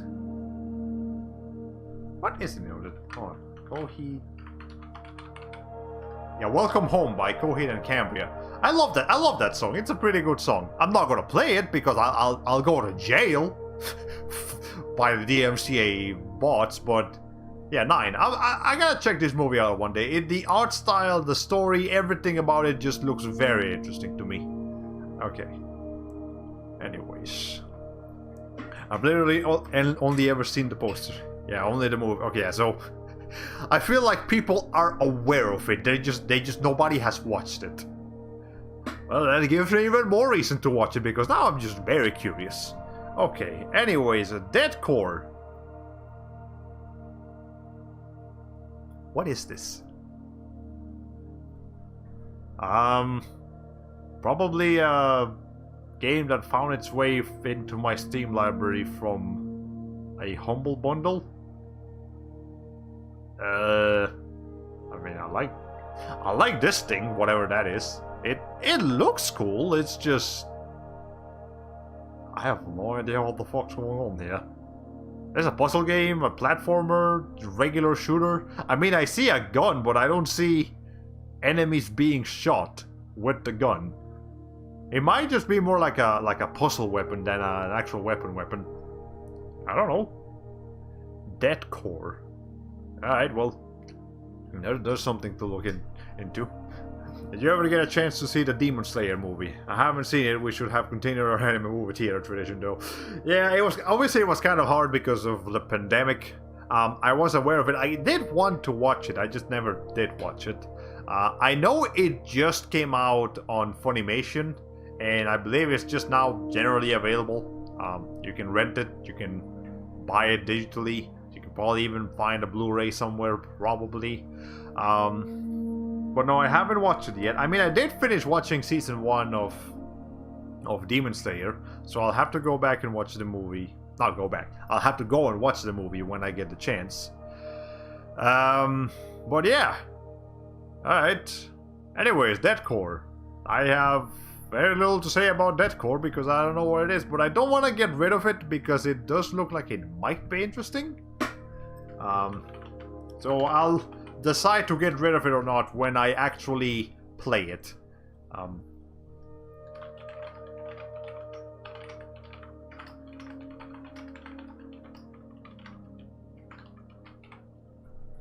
There we go. Alright, awesome. Let me get some water. We have been streaming for an hour and 38 minutes. So about 20 more minutes left on the stream. That's alright. That's okay. Okay, next time let's hang out and just check it out. Yeah, we can probably go ahead and do that. I know we can find it through other means. Apparently Kiss Anime never got deleted. I thought they were going to delete it, but they didn't. At least that's what a coworker told me. So I'm not gonna check right now, but there you go. Deadlight. Believe this is a side-scrolling horror survival-ish game made by a Spanish studio. Don't know what the deal with it is, but it looks like it could be alright. I know a lot of indie games find themselves into my Steam library for absolutely no reason, but this one is one I'm willing to give it a shot. It does look like it might be alright, might be kind of fun. Is it somewhat recently? Ah, okay, so yeah. Case Anime still works. Let's see. Anyway, but yeah, I don't have too much to say. I did play it for about 45 minutes, as it says right there. I remember it was interesting. It was enjoyable. It was fun. Or maybe not super fun, but like, you know, it had it had something going for it, and I'm willing to give it a shot to see what that thing is. Now, is it just one? Yeah, it's just one word. Deadlight, not dead light. I'm gonna mark it as unfinished, but not on plate, and it could be something worth checking out. I probably could have phrased that better, but just phrasing it a little bit shorter. But English is not my forte. Despite how many weird words I do know, what makes someone efficient at a language is not how many weird words they know, it's how they can make good sentences quickly. You see, good sentences quickly is technically a good sentence done quickly, but it still sounds weird. There's a lot that goes into mastering a language and speaking it properly. Ay. Okay. Let's see. What is next in line? Deadly Premonition, the director's cut. I don't know if I really want to play Deadly Premonition.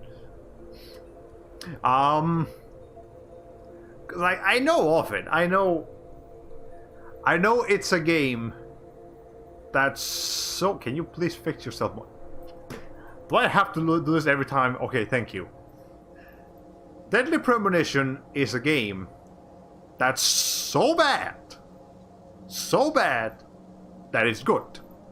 It's one of those.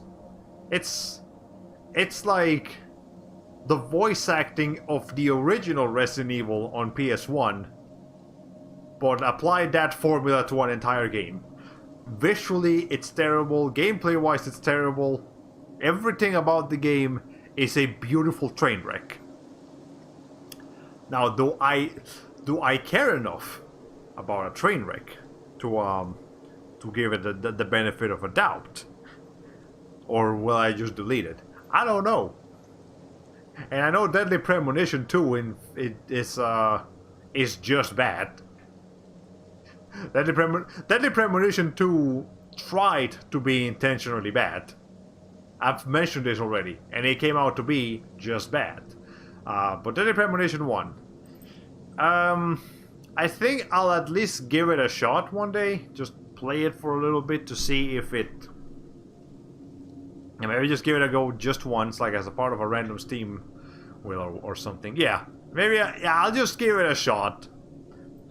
Maybe like half an hour, 45 minutes with it. And if in that half an hour to 45 minutes it doesn't impress me, then I'm sorry. I'm not gonna have the patience for something like this. But I'll go ahead and keep it around for the time being. Okay, where's my browser? There's my browser. Deadly Premonition. Not missions, just there's only one Deadly Premonition. There are no multiple Deadly Premonition. I mean, there's multiple Deadly Premonition games, but only one. I would assume there's only one Deadly Premonition in Deadly Premonition. Well, I don't know. Maybe there's multiple. Maybe that's just part of the charm. The director's cut. I don't know. I don't know what was cut from the original that has been put back into the director's cut, but I'm interested to find out. Maybe not. I don't know.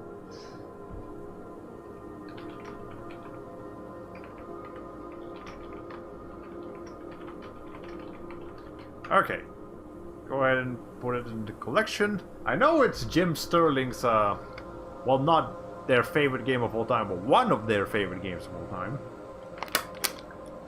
Again, precisely because of how terrible it is. Well, let's see. Okay. The Deus Ex series, starting with the original Deus Ex Game of the Year edition. So, I don't really know too much about the Deus Ex series. Total Biscuit used to talk about it a lot. I know in particular the original Deus Ex was one of his favorite games of all time. And I've seen, the signed videos about it. I've heard Ross Scott speak at length about this game. Yeah, so Deus Ex, the first one in particular, is a very good example of a systemic game where everything in the game, it's not quite as scripted. It's just they've built a game where, again, as in a systemic game would assume, there's a lot of systems that feed and communicate with each other to make a very unique experience. And it's a game that you have to have patience with. It's a game that you have to take your time to actually figure out how it works in order to properly enjoy it. It's not like, if you compare it to something like Uncharted or any other heavily story-driven scripted game, those games are great, but they're pretty much always going to give you the same experience.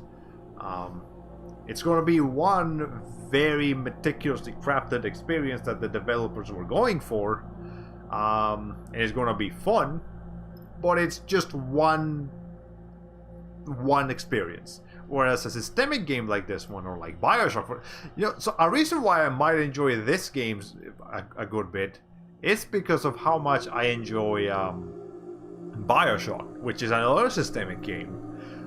So if it's anything like that, then I'll probably love Deus Ex, the original. Now, as for the sequels, it seems like every other Deus Ex game is good. But Invisible War, I've heard people do not like Deus Ex Invisible War. They're not fans of Deus Ex Invisible War. But Human Revolution was well received. Not perfect, but it was a well received Deus Ex game. And then The Fall was apparently fucking terrible. And then the latest Deus Ex is Mankind Divided, which is another well received Deus Ex game. So I definitely have to check out the original Deus Ex and Deus Ex Human Revolution. Invisible War and The Fall, I don't know. I'll take a look at them, but we'll see what happens. You know, Bioshock and Bioshock Infinite. So yeah, Bioshock, both, I love both of those games. Bioshock and Bioshock Infinite. But I love them for different reasons. And the reasons are what I just explained. Because Bioshock Infinite is a much more scripted game. It is not nearly as systemic as Bioshock 1 and 2. And because of that, I actually enjoy Bioshock 1 and 2 more than Infinite. I still love Infinite. I think it's a great game. But I love... One of my favorite things in Bioshock 1 and 2 was just figuring out weird ways of playing those games. Like using all of the plasmids and all of the guns in unique ways that the game never told me to use. I just figured out how to do it on my own. I love doing that. That sense of discovery, not discovering a place, but discovering an ability or just something that you can do. I love that. Bioshock Infinite, it still had some of that. It still had a little bit of the vigors and the enemies kind of building up of each other, but not as much as the original Bioshock 1 and 2. Again, great games for different reasons. There you go. So maybe it'll be something like that with the Deus Ex games. Maybe these games are not as systemic, and that's why people don't like them as much. I don't know. I'm new to the series. So point is, Deus Ex Game of the Year edition. So we'll go ahead and add that to the collection.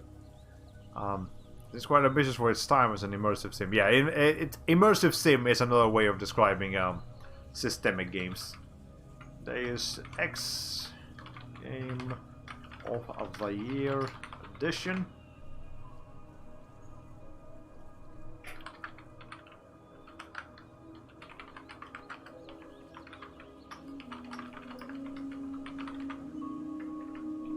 Okay.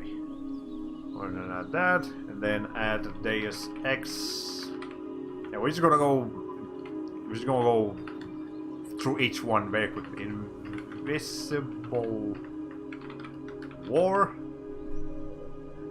That is also unfinished and unplayed.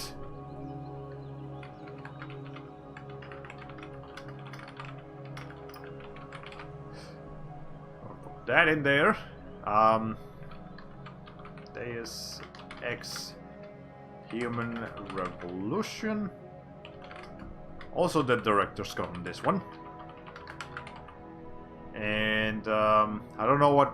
Again, there's so many games that have like Game of the Year edition and director's cut and enhanced edition and remastered, and so many of those weird subtitles that it just kind of blends together, so you just accept it. Like I think one of the classic examples is Devil May Cry 3 Special Edition. It was way easier to find Devil May Cry 3 Special Edition than the original Devil May Cry 3. And I believe the difference between the original and the Special Edition is that the Special Edition had easy mode. And that's that's the whole reason it exists, is because people didn't just couldn't finish the original. A lot of people just couldn't handle the game's normal difficulty, so they had to make an easier difficulty for it.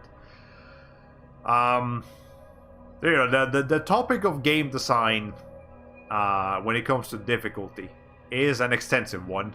It's definitely one worth looking into. There's a lot of much better ways of creating difficulty than just giving you easy, medium, and hard before you've even experienced the game.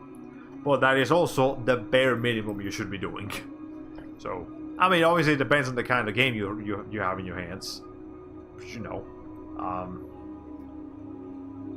I do randomly Total Biscuit every time I... Yeah, this game reminds me a lot of Total Biscuit just because of because it was a pretty a highlight of for him when the game came out. He wanted to talk about it a lot. Again, Total Biscuit, for those of you who don't know him too much or didn't know him because he passed away, unfortunately, due to cancer about 2 years ago. Yeah, he was one of the pioneers for what we refer to today as like the game design analyzers and people that don't just play games on a stream or whatever, or don't just do like funny reviews like like Kadikarus or John Tron or any of them. He was one of the first people that really look at games from like a design perspective and see games, somebody who took games a lot more seriously, without obviously letting it get to his head. He's a very influential person for what we know today as, for people like Design Doc. Let me just show him real quick. Total Biscuit.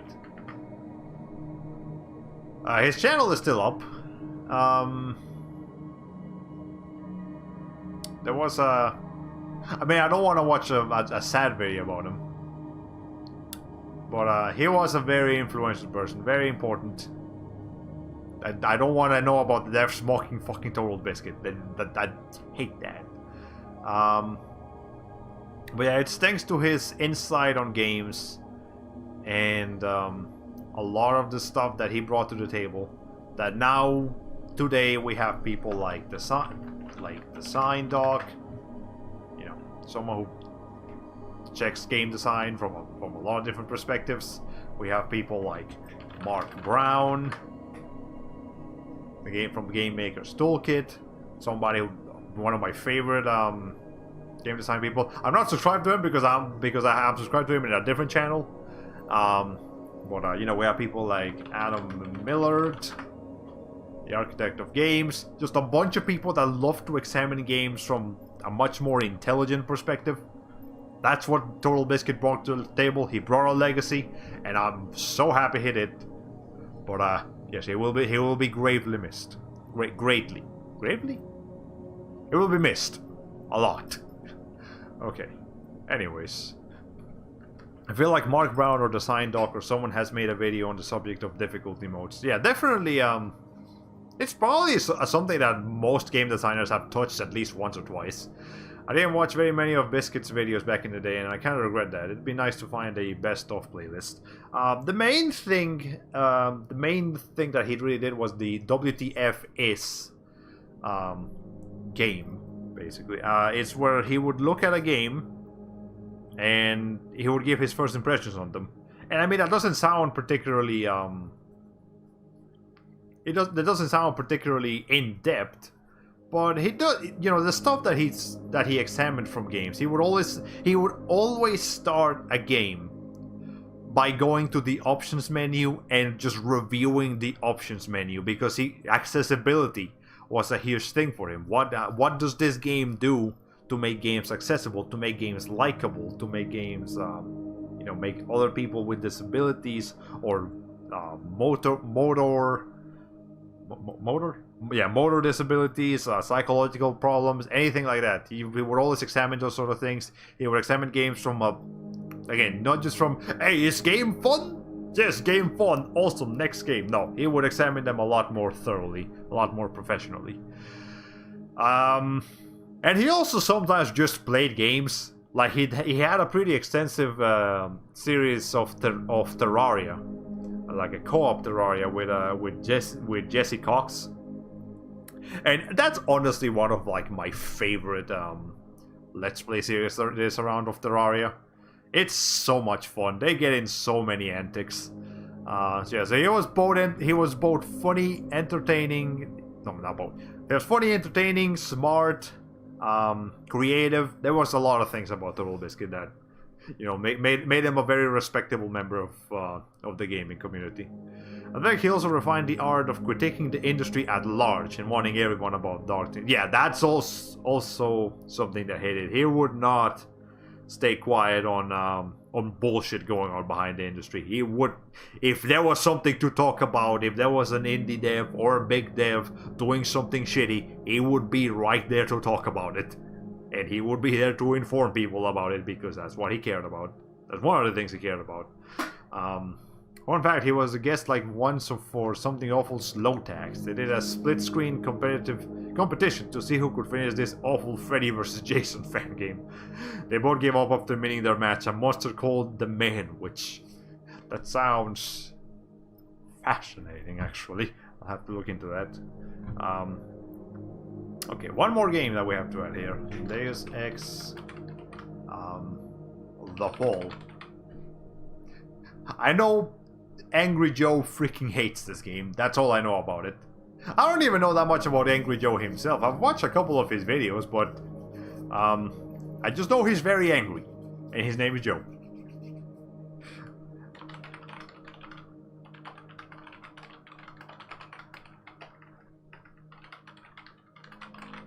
Alright. Okay. That's all the Deus Ex games added. We've got just like 2 minutes left. So we'll go ahead and just add one more game from the collection. Now, last game is going to be Dragon Ball Xenoverse 2. I also had Dragon Ball Xenoverse 1. And there's nothing wrong with Dragon Ball Xenoverse 1. It's just that Dragon Ball Xenoverse 2 is better. And I don't just mean like it's it's not a comparison that we can make like Twilight Princess and Wind Waker or Super Mario Odyssey versus Sunshine. No, like Dragon Ball Xenoverse 2 is more or less an expanded version of Dragon Ball Xenoverse 1. Like it even has the same missions, pretty much. Or it has like a slightly extended version of a lot of the same missions found in the first game. So if you have not played, it's kind of hard to call it an expansion pack because it's basically, you know, you can buy Dragon Ball Xenoverse 2 by itself without having to buy Dragon Ball Xenoverse 1. But if you're thinking of playing Dragon Ball Xenoverse, if you've seen a couple of videos about it and you're interested in playing that universe, just go to 2. Don't bother with Dragon Ball Xenoverse 1. There is no point in playing Dragon Ball Xenoverse 1. You can buy it. You can buy Dragon Ball Xenoverse 1 still, but don't. There is no reason you should go for 1 instead of 2. Now, as for the game itself, it's fun. I will say that I feel like Bandai Namco wants to keep this game alive for as long as possible. I think it's still somewhat regularly getting updates. Like it's still like content updates, not just like patch notes. Yeah, they're still trying to keep Dragon Ball Xenoverse 2 alive, and it's been out for a couple, like 4 or 5 years at this point. So hey, they care about the game, but I don't know. I feel like it's time to move on. If they really want to keep doing Xenoverse, they should probably just do Xenoverse 3 at this point, instead of just keeping Xenoverse 1 to updated. Or actually, if they do just want to keep adding content to the Xenoverse formula, that's fine. If they just want to keep updating it. But I feel like there is some wasted potential here by just making a brand new adventure with a brand new cast of... not cast of characters, just a brand new story set in the Xenoverse universe. Because, you know, the idea of Xenoverse is that you play as a Time Patrol character, and you make your own character. You can make a human, you can make a Saiyan, you can make a Frieza character, you can make a Majin or a Namekian. All those 5 races. And you basically go through the entire Dragon Ball story that has been altered because people are messing with the timeline and shit. And you know, that premise lets them go to lets them go to anywhere in the Dragon Ball story and just make their own thing. Alter them. But I would like to see a Dragon Ball Xenoverse game that just does its own thing. Like, forget the main events on Xenoverse that happen in Dragon Ball and just putting the Xenoverse twist on them.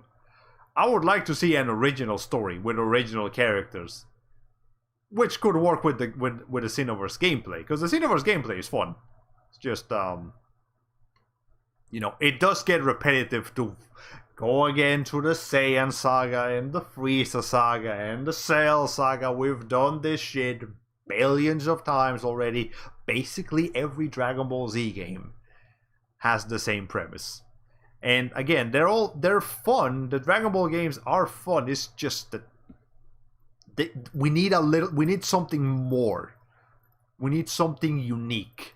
I'm tired of going through Goku's journey so many freaking times. That like Dragon Ball Z Kakarot looks great from a gameplay perspective, but the story-wise, it's again just going through the Dragon Ball story. We've done that so many times. I know it's a licensed game. I know it's Dragon Ball. I know it's a classic, but still, please get a little bit of variety in your Dragon Ball stories. An original Dragon Ball game that uses original characters and an original story, I would love to see that.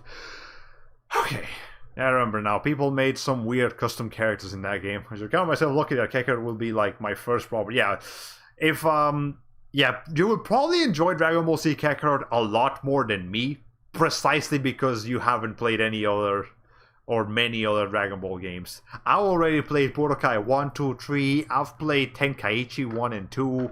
I've played what's the name of it? I even played like that Super Battle 22 on PS1 or whatever. I played Xenoverse 1 and then Xenoverse 2. I can't stand that shit anymore.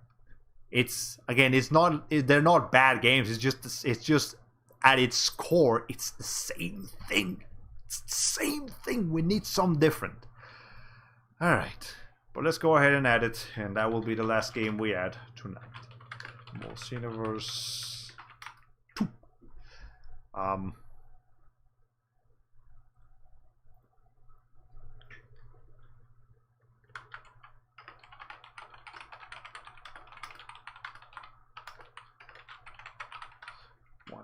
Okay. And I'm gonna give it like a 4. Not like a 5, but like a 4. Yeah, I think a 4 sounds nice. Okay. There we go. Oh, I'm sorry. I didn't even turn the browser on. Hold on. But yeah, Dragon Ball Xenoverse 2 has been added. And let's go ahead and check the backlog now. So now we're up to 152. I believe I was somewhere around this last time. But yeah, you can see a lot of games from the A and B have been deleted because of because of all the games that I got rid of. But that is where we are now. Dragon Ball Xenoverse 2. Again, most of these games are unbeaten or unplayed, unfortunately. But whatever works. I am aware that my ambience noise has disappeared, so there's not much we can do about that now. But again, 152 games. Besides Steam, I still have to add the PS4 collection and the non-Steam PC games that I have. But other than that, hey, we're getting there. I have Sea Fighters on my Switch. It's interesting, the story-wise, but I'm mostly playing it to have some Dragon Ball fighting game on my Switch. Yeah, it's Sea Fighters is great. Again, story-wise, I am aware that Android 21 does at least add a little bit of a twist to it, but it's not enough of a twist, I don't think. There's still too many familiar faces in Dragon Ball FighterZ for it to truly be a unique experience. I haven't played Xenosaga. Yes, I played Xenosaga, actually. I did not, yeah, we got Xenoblade, Xenosaga, Xenoverse, Xenogears. We got all the Xenos. But we just don't have any non-Xenoblade characters in Smash. I mean, I have nothing against Mitra or Pyra. I think the concept of them being able to switch between the two characters is pretty cool in Smash Ultimate. But I can't deny that I would have much preferred to just have Cosmos. I would have loved to have Cosmos in Smash. Cosmos is so cool. Alright, anyways, that is going to be it for me today. I hope you guys enjoyed the stream. Hopefully next week we'll be able to finish Sly Cooper and Thievius Raccoonus. Now I'm aware that on Thursday is gonna be July 1st. That's when Coco graduates. So that's gonna be a heavy day. I might want to wait until just Friday to stream, because not only will it be kind of hard for anyone in the VTuber industry, right after Coco graduates, people aren't gonna be too interested in going to like other people's streams or whatever. I mean, I still might do it. I'll have to see how I feel and see how the community feels. But hey, we'll cross that bridge when we get to it. Congratulations, you've eaten a few more bits out of the alphabet soup. Yes. Now, thankfully, we're dealing with the English alphabet and not like kanji. I would be here for the rest of my life if we were trying to go through each and every single kanji. Oh lord. Can you imagine? Is there such a thing as a kanji soup? Wait, hold on. Before we leave, I need to know if there is such a thing as a kanji soup.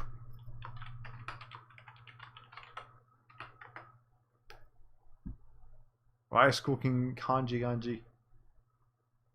No, it doesn't seem like there's a kanji soup. Man. Okay, whatever. It's gonna be one hell of a rabbit hole. Nah, no rabbit holes here. It's fine. Alright, anyways, yeah, I'll catch you guys, thank you. I'll catch you guys hopefully next week. I'm still gonna be working on art for the, for stuff that I've been posting on Twitter. And, yeah. Have a good rest of your weekend. If you're working, have a good day at work. If you're going to school, I mean, most people are already out of school anyways, but if you are still going to school for some reason, have a good day at school. Whatever you're doing, have a good one. Catch you on the next one. Keep me posted. Yeah, I'll definitely make sure to always let you guys know when I go live. Alright. See you guys next time. Bye bye.